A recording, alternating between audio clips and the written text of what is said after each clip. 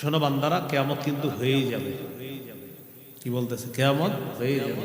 কিয়ামতটা যেদিন হবে সেদিন কঠিন মুহূর্ত হবে সেদিন। আল্লাহ বলেন, ইন্না ইয়াউমাল ফাসলি কানা মিকাতা।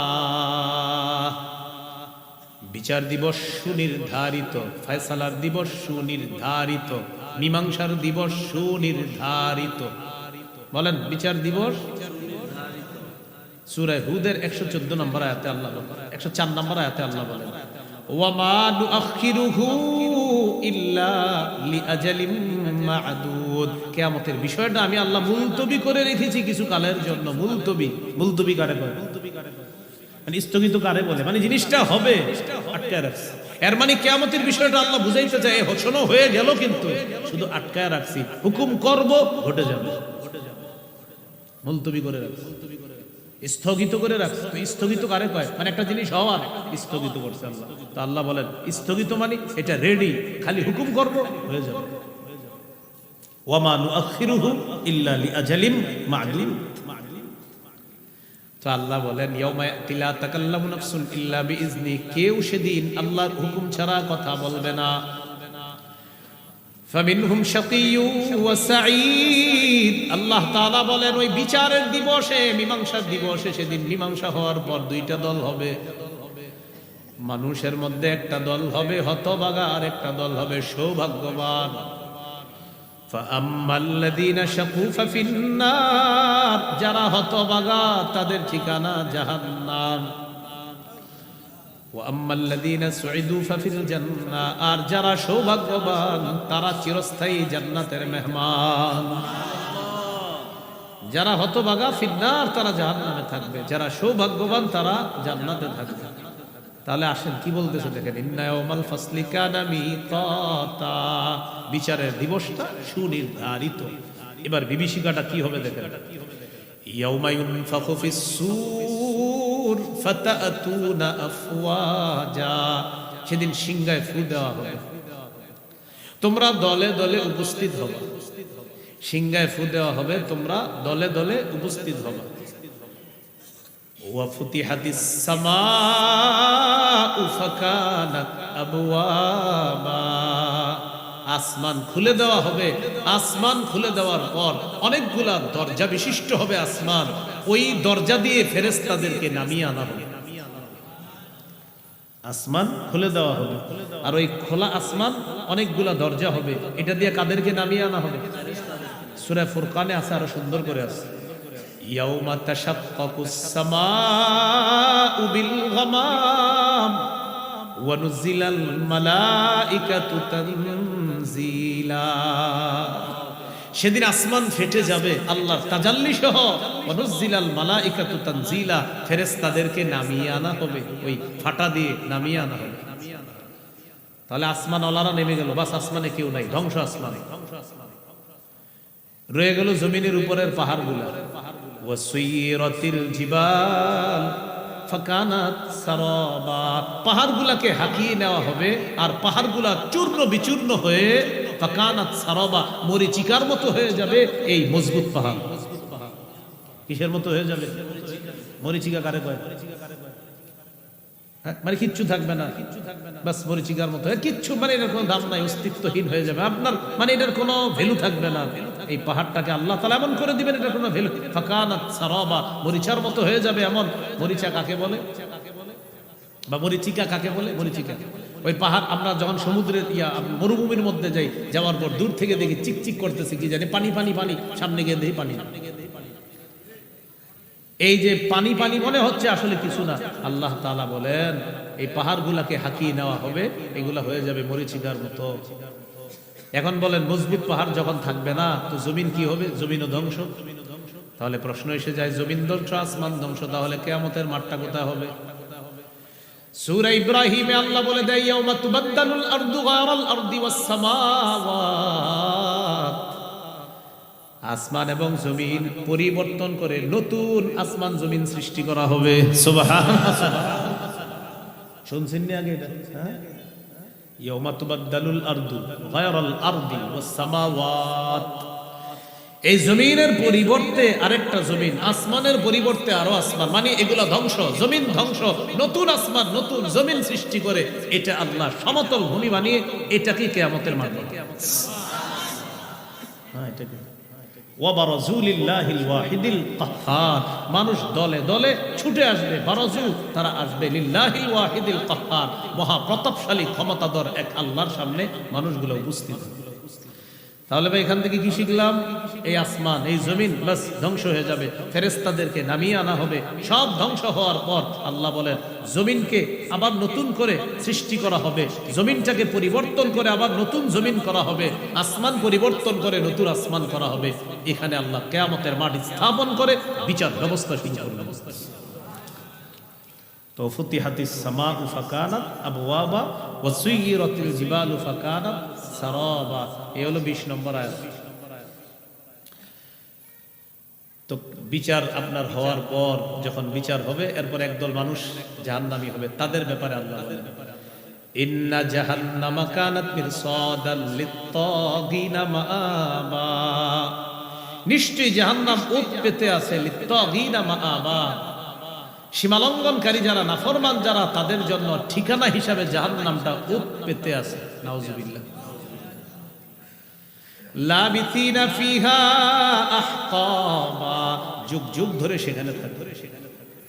লা ইয়াযুকুনা ফিহা বারদাও ওয়ালা শারাবা, সেখানে তারা কোনো ঠান্ডা কিছু পাবে না, কোনো পানিও পাবে না। ইল্লা হামিমাও ওয়া গাসসাকা, ফুটন্ত পানি পাবে আর গাসসাক পাবে, মানে জাহান্নামীদের পুষগুলা তাদেরকে দেওয়া হবে। জাহান্নামীরা বলবে ও ফেরেশতা খাবার লাগবে, খাবার। আল্লাহকে ফেরেশতা বলবে আল্লাহ জাহান্নামী খাবার চায়, আল্লাহ বলবে দিয়ে দাও, যাক্কুম খাওয়ায়া দাও। লাকিলুনা মিন শাজারিন মিন যাক্কুম, সূরা ওয়াকিয়া। তো যাক্কুম খাবে, খাওয়ার পর আপনার গলায় আটকাবে কাঁটাযুক্ত ফল। তো এবার তারা বলবে পানি চাই, পানি পানি পানি লাগবে পানি। তখন আল্লাহ তাআলা বলে দিবেন কি আর করা, দাও জাহান্নামীদের পুষগুলা পানি হিসাবে দাও। এই গাসসাক, গাসসাক ফাইহু সাদীদু আহলিন নার, জাহান্নামীদের রক্ত পুষ ইত্যাদি এইগুলা পানি হিসাবে তাদেরকে দেওয়া হবে পান করার জন্য। ইল্লা হামিমাও ওয়া গাসসাক জাযাআও ওয়িফাকা, আল্লাহ বলেন এটাই পূর্ণ প্রতিদান এদের, এটাই পূর্ণ প্রতিদান হিসাবে এটাই তাদেরকে দেওয়া হবে। তাদের অপরাধ কি? আল্লাহ বলেন ভয়ঙ্কর দুইটা অপরাধ তাদের। ইন্নাহুম কানু লা ইয়ারজুনা হিসাবা, আজকে যে হিসাব হবে, কিয়ামতের মাঠে যে হিসাব হবে, এটা তারা কামনাই করতো না, বলতো এগুলা বুকাস কথা। তারা এই ফলাফল দিবস, বিচার দিবস কামনা করতো না, বিশ্বাস করতো। আরেকটা অপরাধ, তাকযাবু বিআয়াতিনা কিযাবা, আমার আয়াতগুলা তারা অস্বীকার করত। আল্লাহ বলেন ওয়া কুল্লা শাইইন আহসাইনাহু কিতাবা, আমি সব লিখে রাখছি। কি বলতেছে? আমি সব জমা করে রাখছি। আমার ফেরেশতারা, আমার লেখক ফেরেশতারা সব লিখে রাখছে। ওয়া কুল্লা শাইইন, সব, আহসাইনাহু লিখে রেখেছি, কিতাবা খাতা হিসাবে, লিপিবদ্ধ হিসাবে। কুল্লা শাইইন আহসাইনাহু কিতাবা, লেখা হিসাবে সব জমা করে রাখছি আমি আল্লাহ, মানে আমার লেখক ফেরেশতারা সব লিখে রাখছে। এবার আল্লাহর পক্ষ থেকে তাদেরকে বলা হবে তো আর কি করা, ফাযুকু, আযাব ভোগ করো, ফালান নাযীদাকুম ইল্লা আযাবা, তোমাদেরকে আমি আল্লাহ কিছুতেই কিছু বাড়াবো না, শুধু আযাবই বাড়াবো, তোমাদেরকে আর কিচ্ছু বাড়াবো না, শুধু আযাবের পর আযাব বাড়াবো, বাস ভোগ করতে থাকো। এই হলো আপনার 30 নম্বর আয়াত সূরা নাবা। এই 30 পর্যন্ত গেল, মোট 6টা বিষয় আলোচনা হলো। 1 থেকে 3 নম্বর আয়াতে হলো কিয়ামতের বিষয়ে ঝগড়া, ওই যে মতভেদ আপনার কাফেরদের। 4-5 নম্বর আয়াতে গেল মূর্খদেরকে ধমক দিতেছে না কিয়ামত হবেই। 6 থেকে 16 নম্বর আয়াতে আল্লাহ বিভিন্ন দৃষ্টান্ত পেশ করে বুঝাইলেন, দলিল দিলেন কিয়ামত যে হবে, পুনরুত্থান হবে। 17 থেকে 20 নম্বর আয়াতে চতুর্থ বিষয় কিয়ামতের বিভীষিকাময় অবস্থা বর্ণনা করলেন। 21 থেকে 26 নম্বর আয়াতে কিয়ামতের দিবসে ফায়সালার পর একদল মানুষের ঠিকানা জাহান্নাম, এটা আলোচনা করলেন।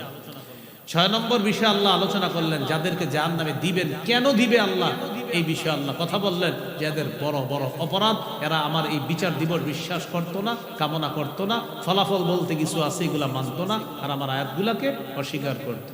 এই হলো 6টা বিষয়। যিনি আসমান জমিন সৃষ্টি করেছেন, তিনি কি এইগুলার মতো বানাইতে আবার সক্ষম নন?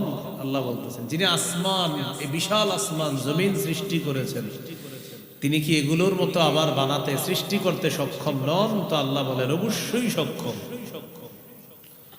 ওয়াহুয়াল খাল্লাকুল আলিম, তিনি সর্বশ্রেষ্ঠ স্রষ্টা, তিনি সবচেয়ে মহাজ্ঞানী। সুবহানাল্লাহ। তাহলে বুঝে শুনে আমরা এখন বলি, আমাদের সৃষ্টিটা বিশাল না আসমান একটা? এটা কে সৃষ্টি করেছে? তো আমাদেরকে তো কোনো ব্যাপারই না। সূরা রুমের 27 নম্বর আয়াতে আল্লাহ বলেন, وهو الذي يبدأ الخلق ثم يعيده وهو أهون عليه وله المثل الأعلى في السماوات والأرض وهو العزيز الحكيم। আল্লাহ তাআলা বলেন, তিনি সৃষ্টির সূচনা করেন। আমি আপনি কিছুই ছিলাম না, অনস্তিত্ব থেকে অস্তিত্ব দান করেছেন আল্লাহ। সূরা দাহারের 1 নম্বর আয়াতে আল্লাহ বলেন, হাল আতা আলাল ইনসানি হিনুম মিনাদ দাহর লাম ইয়াকুন শাইআম মাযকুরা। অবশ্যই মানুষের উপর এমন একটা সময় এসেছে যখন উল্লেখ করার মতো সে কিছুই ছিল না। এখন বুঝা শুনা বলেন, এই যে উল্লেখ করার মতো আপনি কিছুই ছিলাম না, এই কিছুই ছিলাম না থেকে এখন যে কিছু আসি করছে কে? তো এটাই বলতেছে, তুমি কিছুই ছিলা না। এবার সূরা রুমের 27 নম্বর আয়াতে কি বলে? ওয়াহুয়াল্লাযী ইয়াবদাউল খালকা সুম্মা ইউঈদুহু, তিনি ওই স্রষ্টা, ইয়াবদাউল খালকা, যিনি সৃষ্টির সূচনা করেন। তাহলে আমার আপনাকে সূচনা করেছেন আল্লাহ, অনস্তিত্ব থেকে অস্তিত্বে এনেছেন আল্লাহ। সুম্মা ইউঈদু, তিনি আবার পুনরায় তাকে সৃষ্টি করবেন। সুবহানাল্লাহ। আবার পুনরায় মারা যাব এরপর। এখন আল্লাহ যে কথাটা বললেন, ওয়া হুয়া আহওয়ানু আলাইহি, আল্লাহ তাআলা বলেন পরের বার সৃষ্টি করা এটা তো আগের চাইতে আরো সহজ। আহওয়ান, অধিক সহজ। আমার আপনার কোনো স্যাম্পল ছিল না, স্যাম্পল ছাড়াই সৃষ্টির সূচনা আল্লাহ করেছেন। এখন আমার আপনার একটা স্যাম্পল আছে। আল্লাহ বলেন, স্যাম্পল ছাড়া তোমাকে প্রথম বানাইলাম আমি আল্লাহ। এখন তো তুমি আছো আব্দুর রহিম, তুমি আব্দুর রহমান, অমুকে অমুক, তোমাদের স্যাম্পল আছে। এই পরের বার তোমাকে আবার পুনরুত্থান করা আরো সহজ। তুমি কেমনে মনে করো তোমারে আমি পুনরুত্থান করতে পারবো না? আপনাদের বুঝে আসতেছিল? তাহলে এখন আমরা স্যাম্পল আছি, তো আবার তোমাকে পুনরুত্থান করা এটা তো সহজ। ওয়ালাহুল মাসালুল আ'লা ফিস সামাওয়াতি ওয়াল আরদ, আসমান জমিনের সর্বোচ্চ মহিমা আল্লাহ, তার জন্যই সর্বোচ্চ মহিমা। ওয়া হুয়াল আজিজুল হাকীম, তিনি মহাপরাক্রমশালী, মহাপ্রজ্ঞাময়। তাহলে আমাকে আপনি আবার পুনরুত্থান করা আল্লাহর কাছে কঠিন না আরো সহজ? এবার আঙ্গুলের মাথাগুলা দেখেন সবাই, আঙ্গুলের মাথা দেখছেন নি? হ্যাঁ, এটা দেখি দেই, টিপ দেই। আচ্ছা, এখানে আমরা যারা আছি সবাই মনে করেন চেহারা একরকম, সবার কথার কথা ধরে নেন, একরকম চেহারা, দেখতে একরকম, লম্বা একরকম, শরীর একরকম, আঙ্গুলের ছাপ মিলবে? আল্লাহ তাআলা বলেন, মালা কাদিরিনা আলা আন নুসাউবিয়া বানানা, দুনিয়ার মধ্যে যার আঙ্গুল আমি যাকে দিয়েছিলাম কিয়ামতের ময়দানে ওই সাপওয়ালা আঙ্গুলের মাথাটা অবিকল ওই মানুষটাকে আমি আল্লাহ আবার দিতে সক্ষম। সাপ মিলে না তোমাদের কারোটা? অবাক হয়ে গেছে, এটা আল্লাহ কেন বললেন? আমাদের ইয়াকিন, আমাদের বিশ্বাস পাকাপোক্ত করার জন্য। মানুষ, তোমার যে মাথার সাপগুলা সারা দুনিয়া এক করলেও তো তোমরা এই সাপ মিলাইতে পারবে না। ওই সাপওয়ালা আব্দুর রহমান যে, সাপওয়ালা আব্দুর রহিম যে, ওরে ওর আঙ্গুলের মাথাওয়ালা, ওই মাথাওয়ালা আঙ্গুলটা ওকেই দান। এটা আমি আল্লাহ এত মারাত্মক একটা জিনিস যেটা পৃথিবীর কেউ পারে না নকল করতে, এটাও আমি আল্লাহ যখন তোমাকে দিব, তো তোমার বডি তো আমার কাছে ব্যাপার না। আরে বুঝে আসতেছি না? তা আল্লাহ তাআলা বলেন 1 থেকে 3 নম্বর আয়াত সূরা নাবার যে কিয়ামত এই বিষয়ে কাফেররা মতভেদ করে। 4-5 নম্বর আয়াতে ঝগড়া, আল্লাহ তাআলা ধমক দিয়েছে যারা ঝগড়া করে অবশ্যই জানবা কিয়ামত হবে কিনা, পুনরুত্থান হবে কিনা, যাবে কিনা। এবার 6 নম্বর আয়াত থেকে আল্লাহ কিছু প্রমাণ পেশ করতেছে, মন দিয়ে শুনেন প্রমাণগুলো। আল্লাহ তাআলা বলেন আলাম নাজআলিল আরদা মিহাদা, আমি কি জমিনকে বিছানা বানাইনি? সুবহানাল্লাহ, জমিনকে কি বানাইছে? সূরা বাকারার 21-22 নম্বর আয়াতে আল্লাহ বলেন ইয়া আইয়ুহান নাসু তাকু রাব্বাকুমুল্লাযী খালাকাকুম ওয়াল্লাযীনা মিন ক্বাবলিকুম লাআল্লাকুম তাত্তাকুন الذي جعل لكم الأرض فراشا والسماء بناء। কি বলে রে? হে মানুষ, তোমরা তোমাদের রবকে ভয় করো। হে মানুষ, তোমরা তোমাদের রবের ইবাদত করো। ইয়া আইয়ুহান নাসু উবুদু রাব্বাকুমুল্লাযী খালাকাকুম, হে মানুষ তোমরা তোমাদের রবের ইবাদত করো, যিনি তোমাদেরকে এবং তোমাদের পূর্বে যারা অতিবাহিত হয়েছে তাদেরকে সৃষ্টি করেছে।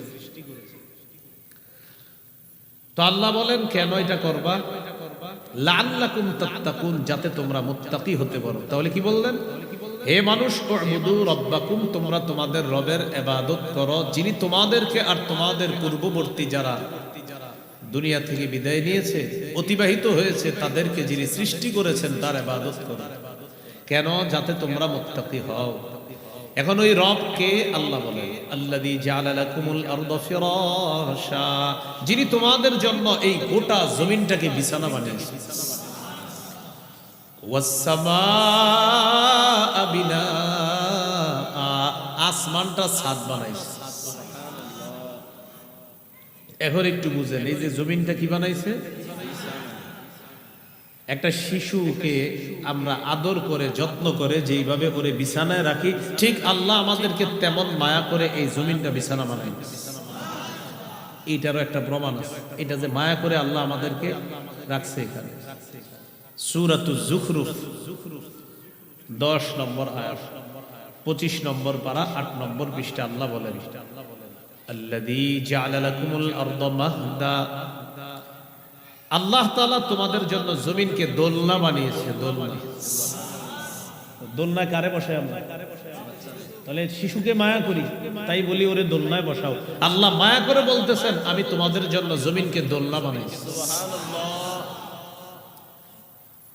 ওয়াজআলা লাকুম ফীহা সুবুলান লাআল্লাকুম তাহতাদুন, আর এই জমিনের মধ্যে অনেক রাস্তা দিয়েছি যেন তোমরা ওই রাস্তা দিয়ে হাঁটা চলা করে গন্তব্যে পৌঁছতে পারো।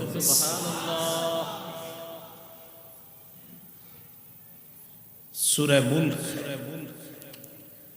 15 নম্বর আয়াতে আল্লাহ বলেন হুয়াল্লাযী জাআলা লাকুমুল আরদা যালুলা, আমি তোমাদের জন্য জমিনকে করেছি অনুগত। তিনি ওই সত্তা যিনি তোমাদের জন্য জমিনকে অনুগত করে দিয়েছেন। আল্লাহ তাআলা তোমাদের জন্য জমিনকে অনুগত করে দিয়েছেন। ফামশু ফি মানাকিবিহা, আল্লাহ বলেন তোমরা জমিনের কাঁধের উপর চলো। জমিন তোমাদের জন্য অনুগত করে দিয়েছেন। ফামশু, তোমরা চলো, ফি মানাকিবিহা, জমিনের কাঁধের উপর। ওয়াকুলু মির রিজকি, আর আল্লাহর দেওয়া রিজিক থেকে ভক্ষণ করো। জমিন কেমন অনুগত? এত অনুগত বানায়া দিছে, হাল চাষ করে ওখানে দানা লাগাইতেছেন, আর ওই জমিনের নিচ থেকে আল্লাহ আপনার রিজিকের ব্যবস্থা করে দিয়েছে। অনুগত বলেন কি বানাইছে জমিনকে? অনুগত। তো এখন আল্লাহ কি বলে দেখেন, আমরা সব আয়াত শেষের শিক্ষাটা নিব। কি বলতেছে দেখেন, ওয়াল্লাযী জাআলা লাকুমুল আরদা যালুলা, তিনি তোমাদের জন্য জমিনকে অনুগত বানিয়েছেন। ফামশু ফি মানাকিবিহা, জমিনের কাঁধের উপর তোমরা চলো, ওয়াকুলু মির রিজকি, আল্লাহ রিজিক থেকে তোমরা ভক্ষণ করো। শেষে কি বললেন দেখেন, ওয়া ইলাইহিন নুশুর, আল্লাহর কাছে পুনরায় জীবিত হয়ে আবার তোমাদের ফিরে যেতে হবে। আল্লাহ বুঝাইলেন অনুগত জমিন পেয়েছো, এটা চিরস্থায়ী না ক্ষণস্থায়ী, এটার উপরে চলবা, এটাও চিরস্থায়ী না ক্ষণস্থায়ী, এখানে আমার রিজিক ভক্ষণ করবা, এটাও চিরস্থায়ী না ক্ষণস্থায়ী। ওয়া ইলাইহিন নুশুর দিয়ে আল্লাহ বললেন আমার কাছে আবার পুনরায় জীবিত হয়ে যখন আসবা, ওই জমিনে চলাচল আর রিজিকের হিসাবগুলা কিন্তু দিতে হবে। আল্লাহর কাছে কি যাইবা, আবার গিয়ে কিন্তু হিসাব দিতে হবে, ঠিকঠাক মতো চলছো কিনা, উল্টা পাল্টা কিছু করো নাই তো, হিসাব দিতে হবে। এখন দেখেন আল্লাহ কি বললেন, আলাম নাজআলিল আরদা মিহাদা, সূরা নাবা, যেটা আমরা আলোচনা চলতেছে 6 নম্বর আয়াত। তিনি কি তোমাদের জন্য জমিনকে বিছানা বানাননি? তাহলে বলেন আমাদের জন্য জমিন বিছানা বানিয়েছেন কে? এখন প্রশ্ন হলো এই জায়গায় কিয়ামতের প্রমাণ কোনটা? প্রমাণ হলো এত বড় জমিন তোমাদের জন্য বিছানা বানাইলাম, এত বড় সৃষ্টিটাকে বিছানা বানাইলাম, তো তুমি ছোট্ট একটা সৃষ্টিকে আমি আল্লাহ আবার পুনরুত্থান করা, এটা আমার কাছে কোনো ব্যাপার না। 2 নম্বর প্রমাণ দিতেছে 7 নম্বর আয়াতে, ওয়াল জিবালা আওতাদা, তিনি কি মজবুত পাহাড়গুলোকে পেরেক বানাননি? জিবাল শব্দটা বহুবচন, এটার একবচন জাবালুন অর্থ পাহাড়। আওতাদ শব্দটা বহুবচন, এটার একবচন ওয়াতাদুন অর্থ পেরেক। ওয়াল জিবালা আওতাদা, তিনি কি পাহাড়গুলোকে পেরেক হিসাবে জমিন স্থাপন করেননি? এর মানে হলো এই জমিনের নিচে পানি, পানির উপরে আমরা ভাসমান জমিনের উপর বসে আছি, কিন্তু জমিন নড়াচড়া করে না। আল্লাহ বলেন কেন জানো? ওয়াল জিবালা আওতাদা, মজবুত পাহাড়কে পেরেক হিসাবে জমিনের উপর বসায়া দিয়া জমিনের নড়াচড়া বন্ধ করে তোমাদের বসবাসের উপযোগী করে দিয়েছে। এই জন্য ওয়াল জিবালা আওতাদা। এখন এখান থেকে প্রমাণ নেন, প্রমাণ কোনটা? যে পাহাড় এত বড় একটা সৃষ্টি, যেটা দিয়ে জমিনকে আমি এইভাবে হেলে ধুলা থেকে আটকায় রাখলাম, এই পাহাড়টাকে একদিন আমি আল্লাহ টুকরা টুকরা করে দিব। টুকরা টুকরা করার পর এরপর আমি আল্লাহ পুরা জমিনটাকে সমতল বানায় ফেলবো। এটা যদি আমি সক্ষম হই, তো তুমি ছোট্ট একটা সৃষ্টিকে আবার কেন পুনরুত্থান করতে পারবো? এটা আল্লাহ প্রমাণ দিচ্ছে। তাহলে ওয়াল জিবালা আওতাদা, পাহাড়গুলোকে আল্লাহ বানিয়েছেন পেরেক, এই জন্য জমিনের নড়াচড়া বন্ধ আছে। এরপরে আল্লাহ তাআলা বলেন ওয়া খালাকনাকুম আজওয়াজা, আমি তোমাদেরকে জোড়ায় জোড়ায় সৃষ্টি করেছি। সূরা ইয়াসিন যারা পড়েন নিয়মিত 36 নম্বর আয়াতে আছে, সুবহানাল্লাযী খালাকাল আজওয়াজা কুল্লাহা, পুত পবিত্রতা বর্ণনা করছি ওই সত্তার, যিনি সব কিছুকে জোড়ায় জোড়ায় সৃষ্টি করেছেন। সূরা জারিয়াতের 49 নম্বর আয়াতে আল্লাহ বলেন ওয়া মিন কুল্লি শাইইন খালাকনা যাওজাইনি লাআল্লাকুম তাযাক্কারুন। কত নম্বর আয়াত? 49। বলেন কত নম্বর? 49 এর আগে কত? 48। 48 এর আগে এই 47 48 এ আল্লাহ কি বলে আর 49 এ কি বলে একটু মন দিয়ে শুনুন। সূরা জারিয়াতের 47 48 আগে শুনি, পরে শুনবো 49। 47 নম্বর আয়াতে আল্লাহ বলেন ওয়াস সামাআ বানাইনাহা বিআইদিন ওয়া ইন্না লামুসিউন। আল্লাহ তাআলা বলেন আসমানকে আমি আল্লাহ ক্ষমতা বলে সৃষ্টি করেছি। সুবহানাল্লাহ। ওয়াস সামাআ বানাইনাহা বিআইদিন ওয়া ইন্না লামুসিউন, আসমান আমি নিজ ক্ষমতা বলে স্থাপন করেছি, এইভাবে বানিয়েছি। ওয়া ইন্না লামুসিউন, আমি আল্লাহ সম্প্রসারণকারী। এটা 47। এবার 48। ওয়াল আরদা ফারাশনাহা, জমিনকে আমি আল্লাহ বিছানা করে দিয়েছি। ফানি'মাল মাহিদুন, আমি আল্লাহ কতই না উত্তম বিস্তৃতকারী, আমি কতই না উত্তম বিস্তৃতকারী, আমি কত সুন্দর বিছানা বিছিয়ে দিয়েছি। তাহলে 47 নম্বর আয়াতে, 48-এ, আবার 47-এ, 48-এ। তাহলে বলেন তো জমিনের বিপরীতে, আসমানের বিপরীতে। এবার 49 নম্বর আয়াতে আল্লাহ বলেন ওয়া মিন কুল্লি শাইইন খালাকনা যাওজাইন, আমি প্রত্যেকটা জিনিস জোড়ায় জোড়ায় সৃষ্টি করেছি। মানে আসমানের বিপরীতে জমিন দেখো, আর জমিনের বিপরীতে আসমান। 49-এ গিয়ে বললেন ওয়া মিন কুল্লি শাইইন খালাকনা যাওজাইন, আমি প্রত্যেকটা জিনিস জোড়ায় জোড়ায় সৃষ্টি করেছি। লাআল্লাকুম তাযাক্কারুন, যাতে তোমরা উপদেশ গ্রহণ করতে পারো। তো জোড়ায় জোড়ায় কিভাবে? পুরুষ নারী, নারী পুরুষ, জমিন আসমান, আসমান জমিন, সাদা কালো, কালো সাদা, আলো অন্ধকার, অন্ধকার আলো, সব জোড়ায় জোড়ায় সৃষ্টি করেছেন আল্লাহ তাআলা। তাহলে এবার বলেন ইহকাল, তো ইহকাল যেহেতু করেছি, পরকালও আছে, তাই তোমার মৃত্যুর পর আবার আরেকটা জগৎ আছে, বিশ্বাস করো। এটাই হলো প্রমাণ। আপনারা বুঝতেছেন নি সবাই? এটা আল্লাহ তাআলা বললেন ওয়া খালাকনাকুম আজওয়াজা, আমি তোমাদেরকে জোড়ায় জোড়ায় সৃষ্টি করেছি। এরপরে আল্লাহ তাআলা বলেন ওয়াজআলনা নাওমাকুম সুবাতা, আমি তোমাদের ঘুম নিদ্রাকে বানিয়েছি ক্লান্তি দূরকারী। সুবহানাল্লাহ, কি দূরকারী? বিজ্ঞান বলে কোন মানুষ যদি 6 মিনিটও গভীর ঘুম ঘুমাইতে পারে, তার মধ্যে নতুন করে আবার আল্লাহ তাআলা সজীবতা সৃষ্টি করে দেয়।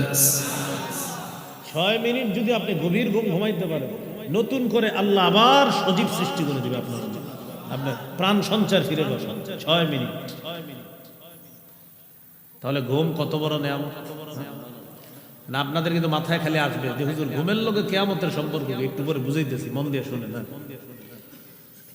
কারণ আল্লাহ তাআলা দলিল দিতেছে, তো আমার রবের দলিল তো অবশ্যই সঠিক।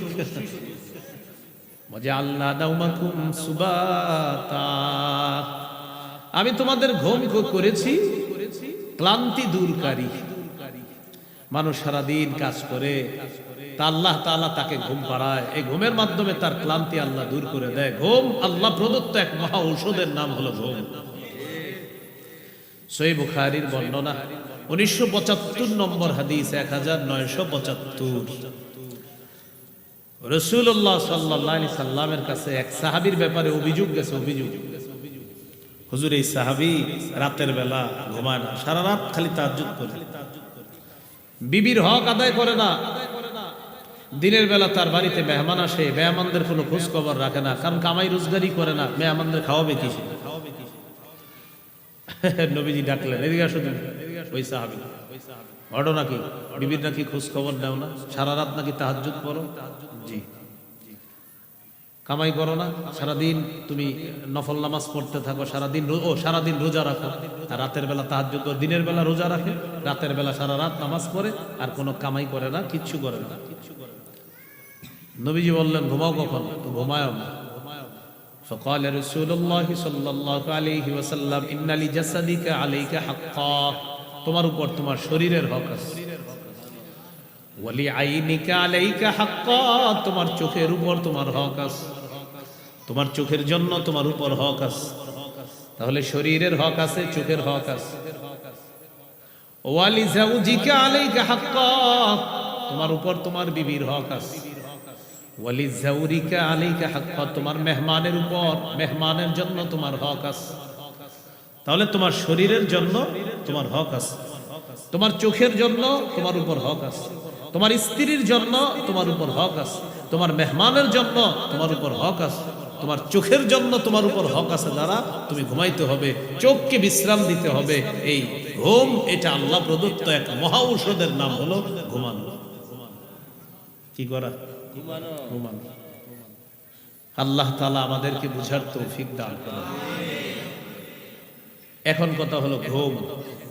ঘুমের সময় আমরা বলি আল্লাহুম্মা বিসমিকা আমুতু ওয়া আহইয়া, আল্লাহ আপনার নামে মরি, আপনার নামে জিন্দা হই। আল্লাহ তাআলা বুঝায় দুনিয়াতে তোমাদের মৃত্যুর একটা নিদর্শন আমি আল্লাহ প্রতিদিন দেখায়া দেই।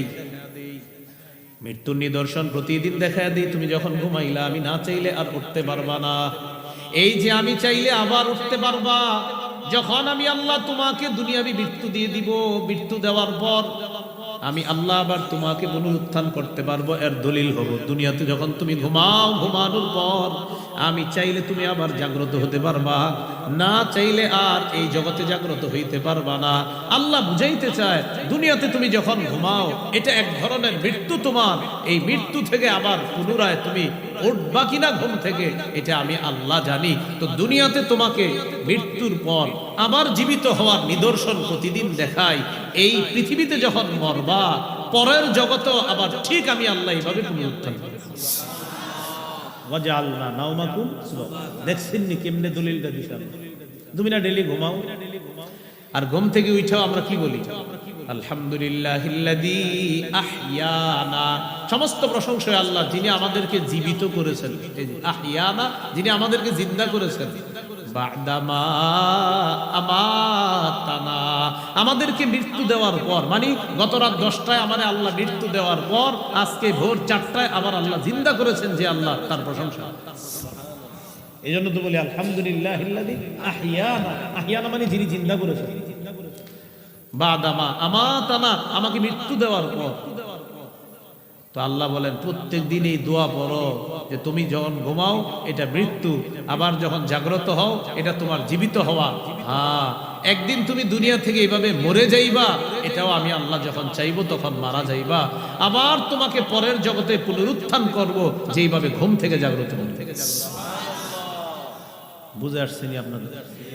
এই হলো ওয়াজআলনা নাওমাকুম সুবাতা। এরপরে আল্লাহ তাআলা বলেন ওয়াজআলনাল লাইলা লিবাসা, আমি রাত্রকে করেছি আবরণ, পোশাক।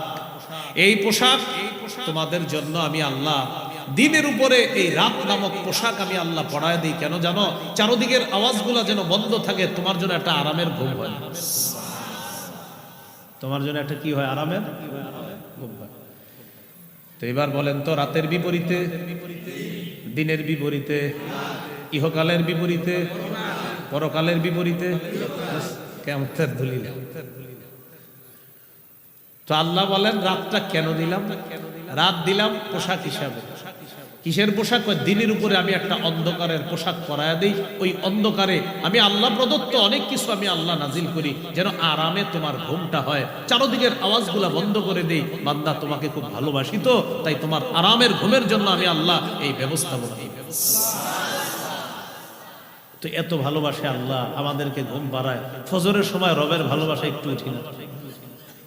রব আমাদেরকে কত ভালোবাসে। আমাদের আরামের জন্য রাতের উপরে আল্লাহ তাআলা, এই দিনের উপরে আল্লাহ রাতের পোশাক পরায় দেয়, অন্ধকারের পোশাক পরায় দেয়। কেন?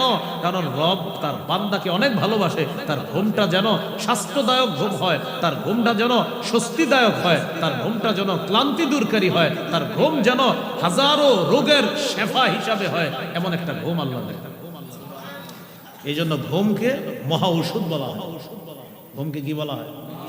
যার ঘুম ঠিক, দেখবেন তার পেট, এরপরে যত শারীরিক বিভিন্ন রোগ বিমারি, মাশাআল্লাহ ঘুম ঠিক। যাদের মাশাআল্লাহ ভালো ঘুম হয়, এই জাতীয় লোকদের পেট ইত্যাদির সমস্যা পাবেন না। তো আল্লাহ তাআলা বলেন ওয়াজআলনাল লাইলা লিবাসা, রাতকে করেছি আবরণ, পোশাক। দিনের উপর একটা পোশাক পরিয়ে দিয়েছি আমি আল্লাহ, আমাদের ঘুমটা যেন আরামের ঘুম হয়। এবার ঘুমায় কি করব আমরা? সকালবেলা উঠা ফজরের নামাজ পড়ার পর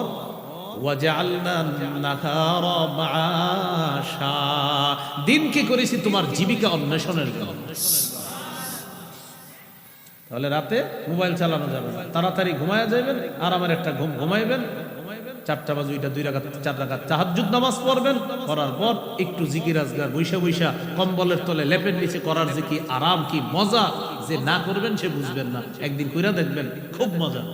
রাতের বেলা যদি তাহাজ্জুদে দাঁড়ায় যাইতে পারেন, সহিহুত তারগীবের 630 নম্বর হাদিসে আছে, রাজুলুন কামা ফি লাইলাতিন বারিদাতিন মিন ফিরাশিহি ওয়া লিহাফিহি ওয়া দিসারিহি, লেপ কম্বল ইত্যাদি ছেড়ে যদি কেউ ওযু করে নামাজের মধ্যে দাঁড়ায় যায়, আল্লাহ খুশিতে তাকে দেখে হাসতে থাকে। এই শীতের রাতে করে কি দেখো, ফেরেশতাদেরকে বলে যে ও করে কি দেখছো, ওইভাবে এই ঠান্ডা পানি দিয়ে হুজু করে নামাজে দাঁড়ায়। আল্লাহ ফেরেশতাদেরকে বলে মা হামালা আব্দি হাদা আলামা সোনা, আচ্ছা ও এইভাবে তাহাজ্জুদ নামাজে দাঁড়াইছে কেন বলো তো তোমরা, আল্লাহ তো সব জানে। তো ফেরেশতারা বলে আল্লাহ দুই কারণে, রাজা আমা ইনদাক ওয়া শাফকাতাম মিম্মা ইনদাক, আপনার থেকে নেয়ামত পাওয়ার আশায় আর আপনার আযাবের ভয়ে।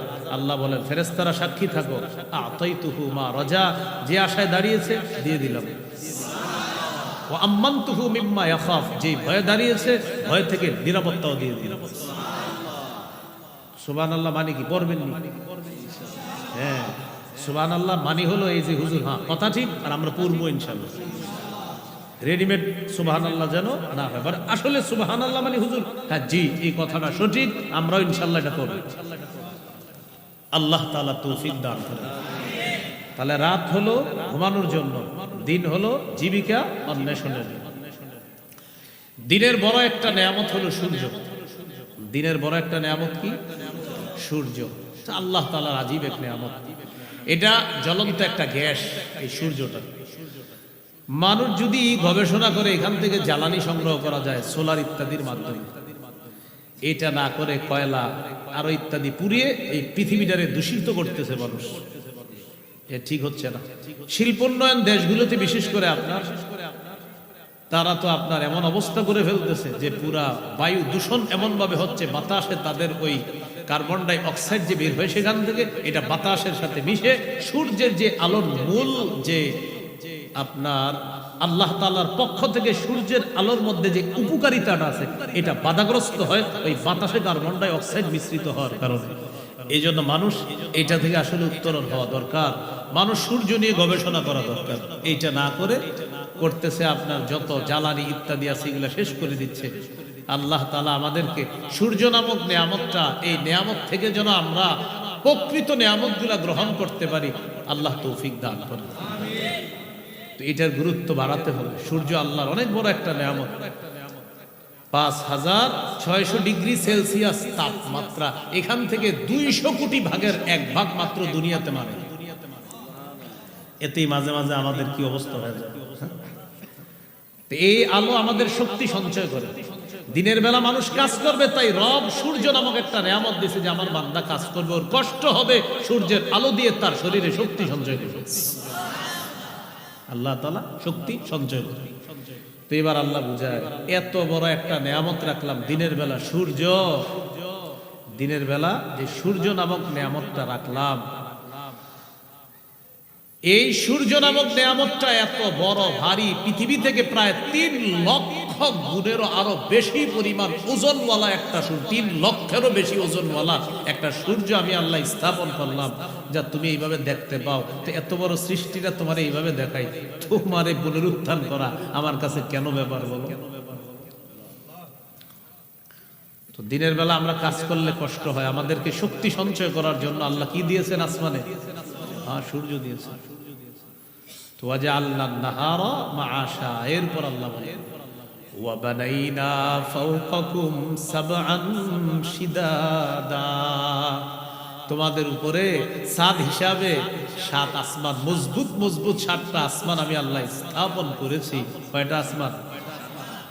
কেন জানো? আল্লাহ বলেন ওয়াজআলনাস সামাআ সাকফাম মাহফুজা, তোমাদেরকে সুরক্ষা দেওয়ার জন্য আমি আল্লাহ এই সুরক্ষিত ছাদ তথা আসমানকে তোমাদের জন্য একটা সুরক্ষিত ছাদ হিসাবে স্থাপন করেছি। তোমাদেরকে সুরক্ষা দেওয়ার জন্য একটা সুরক্ষিত ছাদ আমি আল্লাহ স্থাপন করেছি। কোন খুঁটি ছাড়া আল্লাহ এটাকে উঠায় রাখছে। সূরা রুমের 25 নম্বর আয়াতে আল্লাহ বলেন وَمِنْ آيَاتِهِ أَنْ تَقُومَ السَّمَاءُ وَالْأَرْضُ بِأَمْرِهِ, আল্লাহ বলেন আসমান এবং জমিন এইভাবে যে আছে, আসমানটা এইভাবে আছে, জমিনটা এইভাবে আছে, এটা আল্লাহর নিদর্শনাবলীর মধ্যে অন্যতম নিদর্শন। এটা কিভাবে আছে জানো? আমি আল্লাহর হুকুমে, খুঁটি ছাড়া আসমান দাঁড়িয়ে আছে, আমি আল্লাহর হুকুমে ওই পাহাড়ের মাধ্যমে এই ভাসমান পানির উপরে এই জমিনটা স্থির হয়ে আছে। তাহলে বলেন তো খুঁটি ছাড়া আসমান, এটা আল্লাহর কি নিদর্শন? এভাবে রাখছে কে? আল্লাহ। তো বানাইনা ফাওকাকুম সাবআন শিদাদা, এরপরে আল্লাহ বলেন ওয়াজআলনা সিরাজাও ওয়াহাজা, আর এই আসমানের মধ্যে আমি কিরণময় প্রদীপ স্থাপন করেছি। ওই সূর্যের কথা আবার বলতেছে, কিরণময় প্রদীপ আমি আল্লাহ স্থাপন করে দিয়েছি এই আসমানের মধ্যে। এরপরে আল্লাহ বলেন وأنزلنا من المعصرات ماء ثجاجا, আমি পানি ভর্তি মেঘমালা থেকে, আমি পানি ভর্তি মেঘমালা থেকে প্রচুর পানি বাড়ি বৃষ্টি দুনিয়াতে বর্ষণ করি। আমি পানি ভর্তি মেঘমালা থেকে প্রচুর পানি, প্রচুর বাড়ি, প্রচুর বৃষ্টি আমি আল্লাহ দুনিয়াতে নাজিল করি। কেন? লিনুখরিজা বিহি হাব্বাও ওয়া নাবাতা, যেন এটার মাধ্যমে উদ্ভিদ এবং শস্য আমি আল্লাহ বের করতে পারি। এখন আল্লাহ বুঝায়, পানি দিলাম আমি আল্লাহ, চাষাবাদ করলা, করার পর তুমি একটা ছোট্ট দানা লাগাইলা, দানা লাগানোর পর একটা দানা, এই এক দানা থেকে 7টা শীষ, 7 শীষ উৎপন্ন করার পর এক দানা থেকে গাছ উঠাইলাম, এখান থেকে 7টা শীষ বের করলাম, এক একটার মধ্যে 100 করে দানা আমি আল্লাহ দিয়ে দিলাম। লাগাইছি বাড়ি, তো এখন একটু কিভাবে মাটিতে খুলে দেখবেন, তো লাগানোর পরে তাকায় থাকবেন, হ্যাঁ খুলে না উঠবে না, মাটিটা এইভাবে দিয়ে রাখবে, কিছুদিন পরে উঠে যাবে। তো আল্লাহ বলেন, এই যে এটা দিলা, এই যে আমি উঠাইলাম, এই যে পানির মাধ্যমে এটার প্রাণ সঞ্চার করলাম, তোমারও মরার পর আমি আল্লাহ আবার পুনরুত্থান করব। তুমি একটু খুলে দেখো এটা, আল্লাহ দেখতেছি, তো উঠে না, না উঠে না, তো বুঝো না, তুমি চাইলে হবে না, আমি চাইলে হবে না। এক দানা আমরা লাগাইলাম, আসমানের পানি আল্লাহ দিলেন, তো আল্লাহ বলেন আমি আবার এগুলার প্রাণ ফিরিয়ে দিই, আমি আল্লাহ দুনিয়াকে সজীব করি পানি দ্বারা, মৃত জমিনকে আবার জিন্দা করি। তো মৃত জমিনকে যদি আমি আল্লাহ আবার জিন্দা করতে পারি, তোমার মৃত্যুর পর আবার তোমাকে জিন্দা করতে। ওয়াজান্নাতিন আলফাফা, এবং ঘন পাতা ভর্তি বাগান দান করেছি, ঘন পাতা বিশিষ্ট বাগান আমি আল্লাহ দান করেছি। ফুলের বাগান, ফলের বাগান আমি আল্লাহ উৎপন্ন করি ওই পানির মাধ্যমে। কি উৎপন্ন করি? শস্য, উদ্ভিদ, ঘন পাতা বিশিষ্ট ফলের বাগান, ফুলের বাগান, ওই পানি ভর্তি মেঘমালার বৃষ্টি দিয়ে আমি আল্লাহ এটাকে উৎপন্ন করি। এইগুলো 16 নম্বর আয়াত পর্যন্ত। মানে আল্লাহ যে, আপনি কি বললেন, ছোটবেলা আপনার বাচ্চা ল্যাংটা কারা হয়? বাচ্চারও না, একটা পীরের নাম আপনি দিয়ে দিলেন ল্যাংটা। মানে আচ্ছা, আপনি শরীয়ত, ঠিক আছে, শরীয়ত আপনার কি বলে সেটা পরে বলি, আপনার আকলরে জিজ্ঞাসা করেন, আপনি নামটা দিলেন কিভাবে? কি কয়? পীর। কয় কি পীর? কয় ল্যাংটা পীর। এটা তো অসুস্থ মস্তিষ্ক ছাড়া এটা সম্ভব না। এবং একদল মানুষ এটারে আপনার বলতে কি যে আছে জানেন না, তো নামের মধ্যেই তো বোঝা যাইতেছে কি আছে। রাসূলুল্লাহ সাল্লাল্লাহু আলাইহি সাল্লাম বলেন, এলাকায় একটা বেদাত প্রতিষ্ঠিত হয়ে গেলে ওই এলাকা থেকে একটা সুন্নত আল্লাহ উঠায় নেয়, এই জাতির উপরে আল্লাহ রাগ করে তাদেরকে সেই সুন্নত ফিরায় দেয় না। আমি এই হাদিসটা নিয়ে চিন্তা করি, মেসওয়াক করা সুন্নত সবাই জানি। আম্মা জান আয়েশা সিদ্দিকা বলেন, নবী ঘর থেকে যখন বের হতেন সর্বশেষ মেসওয়াক করতেন। ঘরে ঢুকে সমস্ত কাজের সর্বপ্রথম নবী মেসওয়াক করতেন। ঘর থেকে বের হতেন, সর্বশেষ কাজ মেসওয়াক। ঘরে ঢুকতেন, সর্বপ্রথম কাজ নবীর মেসওয়াক। নবীজি বলেন, জিবরিল আমিন আমাকে এত বেশি মেসওয়াক করতে বলছে, আমি টেনশনে পড়ে গেলাম, না জানি আমার দাঁতগুলো ভেঙে ফেলতে হয় মেসওয়াক করতে করতে, এত বেশি মেসওয়াক করতাম। আব্দুল্লাহ ইবনে ওমর রাদিয়াল্লাহু তাআলা আনহুমা বিছানায় মেসওয়াক রেখে দিতেন, ঘুম ভাঙতো, মেসওয়াক করতেন, আবার ঘুমায় গেছে, মেসওয়াক পাশে রাখা, আবার ঘুম ভাঙছে, আবার মেসওয়াক করছে, আবার এইভাবে রাখা, আবার ঘুম ভাঙছে, আবার মেসওয়াক করছে। আরে আপনি এত মেসওয়াক করেন কেন? হাবিবের হাদিস থেকে বুঝছি মেসওয়াকের গুরুত্ব কত। তো এই সুন্নতটা আমরা সবাই জানি, কিন্তু পালন করতেছি না কেন? ওই আমার আপনার চোখের সামনে বেদাত হচ্ছে, বাধা দিচ্ছি না, আল্লাহ রাগান্বিত হয়ে আমাদেরকে তৌফিক দিচ্ছে না মেসওয়াক করা। অসংখ্য অগণিত সুন্নত করতে পারি, কিন্তু করতেছি না। আপনি দেখবেন অসংখ্য মানুষ এই খানার শুরুতে বিসমিল্লাহ বলা, আপনার অটোমেটিক ভাবে আমরা বিসমিল্লাহ বলতেছি না, অথচ সবাই জানি বিসমিল্লাহ বলা সুন্নাহ, কিন্তু এরপরেও বিসমিল্লাহ বলতে ভুলে যাচ্ছি কেন? আল্লাহ রাগ করে, সামনে বেদাত হচ্ছে, রাগান্বিত হয়ে এই সুন্নাহের তৌফিক দিচ্ছে না। তো বলছিলাম এলাকায় বেদাত প্রতিষ্ঠিত হয়ে গেলে এটা সবাই মিলে প্রতিহত করা দায়িত্ব কর্তব্য। বলেন ইনশাআল্লাহ যে এলাকায় বেদাত প্রতিষ্ঠিত হতে দিয়েন না। ক্বালা রাসূলুল্লাহ সাল্লাল্লাহু আলাইহি ওয়াসাল্লাম মাবতাদা কওমুন ফি দীনিহিম বিদআতান ইল্লা নাযাআল্লাহু মিন সুন্নাতিহিম সুন্নাতা সুম্মা লা ইউঈদুহা ইলাইহিম ইলা ইয়াউমিল কিয়ামা। সুনান দারিমি হাদিসের কিতাব 54 নম্বর হাদিস। রাসূলুল্লাহ সাল্লাল্লাহু আলাইহি সাল্লাম বলেন, কোন জাতি যখন তাদের ধর্মের মধ্যে একটা বেদাত আবিষ্কার করে আর এই বেদাত যদি এলাকায় প্রতিষ্ঠিত হয়ে যায়, আল্লাহ সেই জাতি থেকে একটা সুন্নত ছিনায় নেয়। কিয়ামতের আগে ওই জাতিকে সেই সুন্নত আর আল্লাহ ফিরায় দেয় না।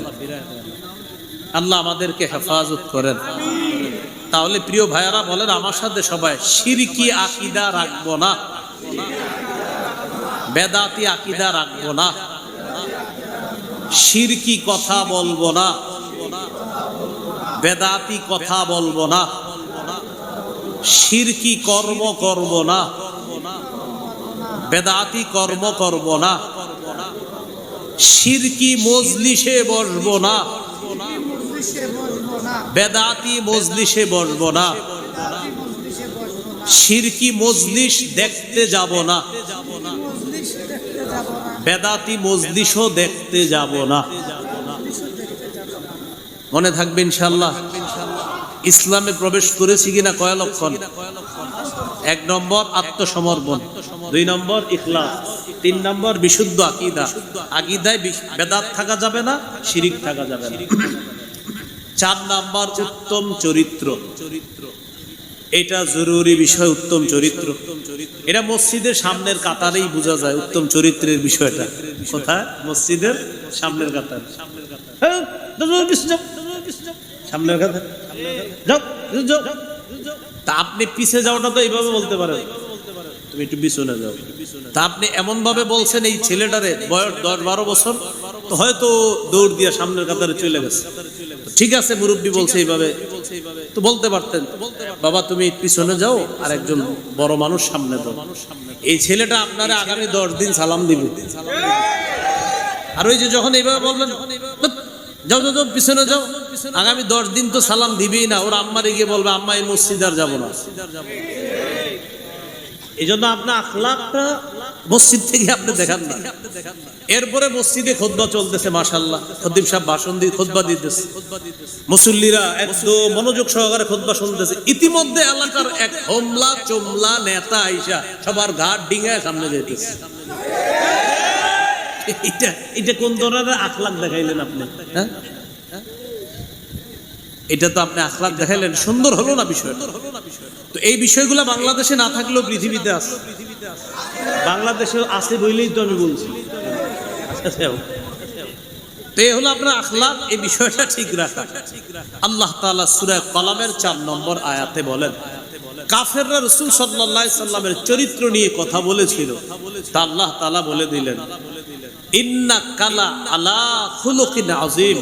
হাবিব আমি আল্লাহ আপনার সার্টিফিকেট দিয়ে দিলাম, আপনি মহান চরিত্রের অধিকারী। আনাস ইবনে মালিক রাদিয়াল্লাহু তাআলা আনহু বলেন, খাদামতু রাসূলুল্লাহ সাল্লাল্লাহু আলাইহি সাল্লাম 10 সিনিন। আমি 10 বছর রাসূলুল্লাহ সাল্লাল্লাহু আলাইহি সাল্লামের খেদমত করলাম। কোনদিন বলেননি কেন এটা করেছো, কোনদিন বলেননি কেন এটা করনি। 10 বছরে কোনদিন বলেননি এটা কেন করেছো, এটা কেন করো নাই। 10 বছরও এমনটা বলেননি। যদিও এটা বলা নাজায়েজ না, তুমি কেন করেছো বলা জায়েজ আছে, তুমি এটা কেন করো নাই এটা বলা জায়েজ আছে, কিন্তু নবী কখনো এটা বলেন নাই। এই জন্য ঘরের কর্মচারী, মসজিদে মুসল্লি ইত্যাদি বিভিন্ন সময় আমাদের সুন্দর আখলাক মানুষের সামনে দেখাতে হবে। এজন্য ছোট থেকে ছোট নেকির কাজ এটাও ছাড়া যাবে না। আপনি একজনকে চা পান করাইতেছেন, এই চা পান করানোর সময় তার সামনে বসলেন, আর চা পান করানোর সময় আপনার চেহারাটা একটু হাস্যোজ্জ্বল রাখলেন, সুন্দর একটা অবয়ব আপনি প্রকাশ করলেন, আর বুঝাইলেন তাকে আপনি অনেক মহব্বত করতেছেন। রাসূলের হাদিস প্রমাণ করে এই ছোট্ট আমলটা, চা পান করাইলেন আর তার দিকে একটু সুন্দর হাসি মাখা মুখে তাকাইলেন, হতে পারে এটা আপনাকে জান্নাতে নিয়ে যাবে। আমি আপনাদের এই এলাকা দিয়ে গাড়ি দিয়ে যাইতেছি, এলাকার 2-3 জন চিনে ফেললেন, চিনে ফেলে আমার গাড়ির পাশ থেকে বললেন আসসালামু আলাইকুম হুজুর ভালো আছেন? তো আমি গাড়ির ভিতর থেকে শুধু হাসি মুখে বললাম, এবার একটু হাসি মুখে আপনাদের শুধু মাথাটা নাড়াইলাম। রাসূলুল্লাহ সাল্লাল্লাহু আলাইহি সাল্লাম বলেন লা তাহকিরান্না মিনাল মারুফি শাই, তোমরা তুচ্ছ কোনো ভালো কাজ, একদম ছোট একটা ভালো কাজ করলা, এই ভালো কাজটাকেও তোমরা তুচ্ছ মনে করবা না। লা তাহকিরান্না মিনাল মারুফি শাইআ, ছোট্ট একটা ভালো কাজকে তোমরা তুচ্ছ মনে করবা না। ওয়ালাউ আনতালকা আখাকা বিওয়াজহিন তালাক, তোমার ভাইয়ের দিকে হাসি মুখে তুমি তাকাইলা, এই যে একটা সুন্দর তুমি আখলাক তাকে দেখাইলা, এটাও তোমার নাজাতের কারণ হয়ে যেতে। তাহলে আমি ইসলামে পরিপূর্ণ আসি কিনা, চতুর্থ আলামত কি? উত্তম চরিত্র। এটা সব জায়গায় আমার এই চরিত্রটা ফুটিয়ে তুলতে হবে। অনেক ভাই আছে বাহিরে আসলে বন্ধুদের সাথে তার চরিত্র বড় চমৎকার, আমাদের সাথে দেখা সাক্ষাতেও চরিত্র চমৎকার, আমাদের সামনেও তিনি অনেক ভালো মানুষ, মসজিদেও তিনি একজন ভালো মুসল্লি। এই লোকটা আবার ঘরে গিয়ে তার স্ত্রীর সাথে এমন বদ আচরণ করে যেটা একদম সম্পূর্ণ উল্টা। রাসূলুল্লাহ সাল্লাল্লাহু আলাইহি সাল্লাম বলেন তোমাদের মধ্যে সবচেয়ে উত্তম চরিত্রের অধিকারী ওই ব্যক্তি যে তার স্ত্রীর কাছে সবচাইতে উত্তম চরিত্রের অধিকারী। তার স্ত্রীর কাছে যদি শ্রেষ্ঠ চরিত্রের অধিকারী হয়, ওই ব্যক্তি শ্রেষ্ঠ চরিত্রের অধিকারী। শোনো, আমি নবী মুহাম্মদ সাল্লাল্লাহু আলাইহি সাল্লাম আমার বিবিদের কাছে সবচাইতে শ্রেষ্ঠ চরিত্রের অধিকারী। এটা নবী বললেন। এগুলো 4 নম্বর। 5 নম্বর বলেন লেনদেনে স্বচ্ছ থাকা। এটা একটা জরুরি বিষয়, লেনদেনে স্বচ্ছ থাকা। এই বিষয়টা আপনি বাজার সদাই করেন, মুআমালাত মুআশারাত, এই বিষয়গুলা স্বচ্ছ রাখা। কারোর সাথে আপনি ঋণ নিলেন, বললেন 7 দিন পরে দিয়ে দিব, তো এইগুলা ওয়াদাগুলা ঠিক রাখা, এই লেনদেনগুলা স্বচ্ছ থাকা। তাহলে বলেন তো বর্তমানে আমাদের করণীয় কয়টা? না করণীয় কয়টা? 9টা। 1 নম্বর কোথায় প্রবেশ করা? পরিপূর্ণ প্রবেশ করেছি কিনা? কয় আলামত? 5 আলামত। আল্লাহ আমাদের সকলকে এই 5টি আলামত গ্রহণ করে ইসলামে পরিপূর্ণভাবে প্রবেশ করার তৌফিক দান করেন। 2 নম্বর মনে আছে কারো? না, 2 নম্বর করণীয় আল্লাহর দ্বীনের সহযোগী হওয়া। আল্লাহর দ্বীনের ওই 9 কাজের দ্বিতীয় কাজ আল্লাহর দ্বীনের সহযোগী হওয়া। আল্লাহ তাআলা সূরা মুহাম্মদের 7 নম্বর আয়াতে বলেন ইন তানসুরুল্লাহ, যদি তোমরা আল্লাহকে সাহায্য করো, মানে আল্লাহর দ্বীনকে সাহায্য করো, ইয়ানসুরকুম, আল্লাহ তোমাদেরকে সাহায্য করবে। মনে রাখবেন আল্লাহর একটা অলঙ্ঘনীয় মূলনীতি হলো আল্লাহর দ্বীনের সহযোগিতা যারাই করবে আল্লাহ তাদেরকে সাহায্য করবে। এটা একটা অলঙ্ঘনীয় মূলনীতি, যে মূলনীতিতে কোনো রকমের লঙ্ঘন হবে না। আপনি আল্লাহর দ্বীনের সহযোগী হবেন তো আল্লাহ নিশ্চিত আপনাকে সাহায্য করবেন। শুধু কি সাহায্য, ওয়াইসাব্বিত আকদামাকুম, মরণ পর্যন্ত যতদিন দ্বীনের সহযোগী করবেন, সহযোগী থাকবেন, আল্লাহ আপনাকে হেদায়েতের উপর অটল রাখবে, আপনার পাগুলা ইসলামের উপর আল্লাহ মজবুত রাখবে। সূরা হজের 39-40 নম্বর আয়াতটা শুনি। সাহাবায়ে কেরামকে মক্কা থেকে বের করে দিছে, হিজরত করে তারা চলে গেলেন মক্কায়। তো মক্কার মসজিদ থেকে আপনি যখন বের হবেন, বের হয়ে দেখবেন একটা রাস্তা আছে ইব্রাহিম খলিল রাস্তা, আর একটা রাস্তা আছে শারিউল হিজরা, হিজরা রুট, এটাকে বলে হিজরতের রাস্তা। এই রাস্তাটায় যে আমি কতবার গেছি, শুধুমাত্র এই কারণে খালি রাস্তাটায় যেতাম আর আমি ভাবতাম আমাদের নবী ঠিক এই রাস্তাটা দিয়ে হিজরতে বের হয়েছে। রাস্তা দিয়ে হিজরতে কিন্তু আপনি বের হয়েছি কিভাবে? মনে করেন এইভাবে বের হয়েছে, নবী কিন্তু যাবে এই দিকে না, নবী যাবে ওই দিকে, কথার কথা, কিন্তু বের হয়েছে এই দিক দিয়ে, বের হয়ে ওই দিক দিয়ে ঘুরে আবার ওই দিকে গেছে। এই হিজরা রোডটা এইভাবে, আমি ওখানে গেলে আপনাদেরকে আপনি সুন্দরভাবে দেখাইতে পারতাম যে ঠিক এই দিক দিয়ে গিয়ে এইভাবে গিয়ে এইভাবে আল্লাহ রাসূল আবার মদিনার দিকে রওনা। এই যে শারিউল হিজরা, হিজরা রোড, এই রাস্তাটায় যখন আপনারা হজ উমরায় যাবেন, ওখানে গিয়ে শুধু হজ উমরা করবেন, করার পরে কি করে সব দেখি খালি মার্কেটে ঘুরে। এটা না করে একটু ভাববেন, এলাকাটায় হাঁটবেন আর চিন্তা করবেন যে আবু বকর সিদ্দিকের ঘর বাড়ি ছিল এখানে, ওমর ফারুক রাদিয়াল্লাহু তাআলা আনহুর ঘর বাড়ি ছিল, ওসমান গনির ঘর বাড়ি ছিল, আমার নবীর ঘর বাড়ি ছিল। এই বিষয়গুলো চিন্তা করবেন আর মাথায় আনবেন না, হারে না জানে আমার নবীর জায়গাটায় কারো দোকান, আবু বকর সিদ্দিকের জায়গায় কারো দোকান, ওমর ফারুকের জায়গায় কারো দোকান। এইগুলা চিন্তা করবেন আর ভাববেন যে তারা নবীরে কতটা মহব্বত করত যে নিজেদের ধন সম্পদ সবকিছু ছেড়ে হিজরত করে মক্কা থেকে মদিনা চলে গেছে। 13 বছর মার খেয়েছে, শুধু সহ্য করছে। সহ্য করার পর যখন মদিনায় গেছে আল্লাহ তাআলা বলে দিলেন, উযিনা লিল্লাযীনা ইউকাতালুনা বিআন্নাহুম যুলিমু ওয়া ইন্নাল্লাহা আলা নাসরিহিম লাকাদির। যাদেরকে অত্যাচার করা হচ্ছে তারা মাজলুম, যাদেরকে অত্যাচার করা হচ্ছে তারা কি মাজলুম। 13 বছর অত্যাচার করা হয়েছে। কয় বছর? 13 বছর অত্যাচার করা হয়েছে সাহাবায়ে কেরাম। 15 বছর না, কিন্তু 13 বছর না, মানে ওখানে কোরআনে কয় বছর? 13 বছর অত্যাচার করা হয়েছে। বিআন্নাহুম যুলিমু, তারা মাজলুম। তো আল্লাহ তাআলা বলেন তাদেরকে বের করে দেওয়া হয়েছে ঘর থেকে। আল্লাযীনা উখরিজু মিন দিয়ারিহিম বিগাইরি হাক, তাদেরকে অন্যায়ভাবে ঘর থেকে বের করে দেওয়া হয়েছে। তাদের অপরাধ কি? ইল্লা আইয়াকুলু রাব্বুনাল্লাহ,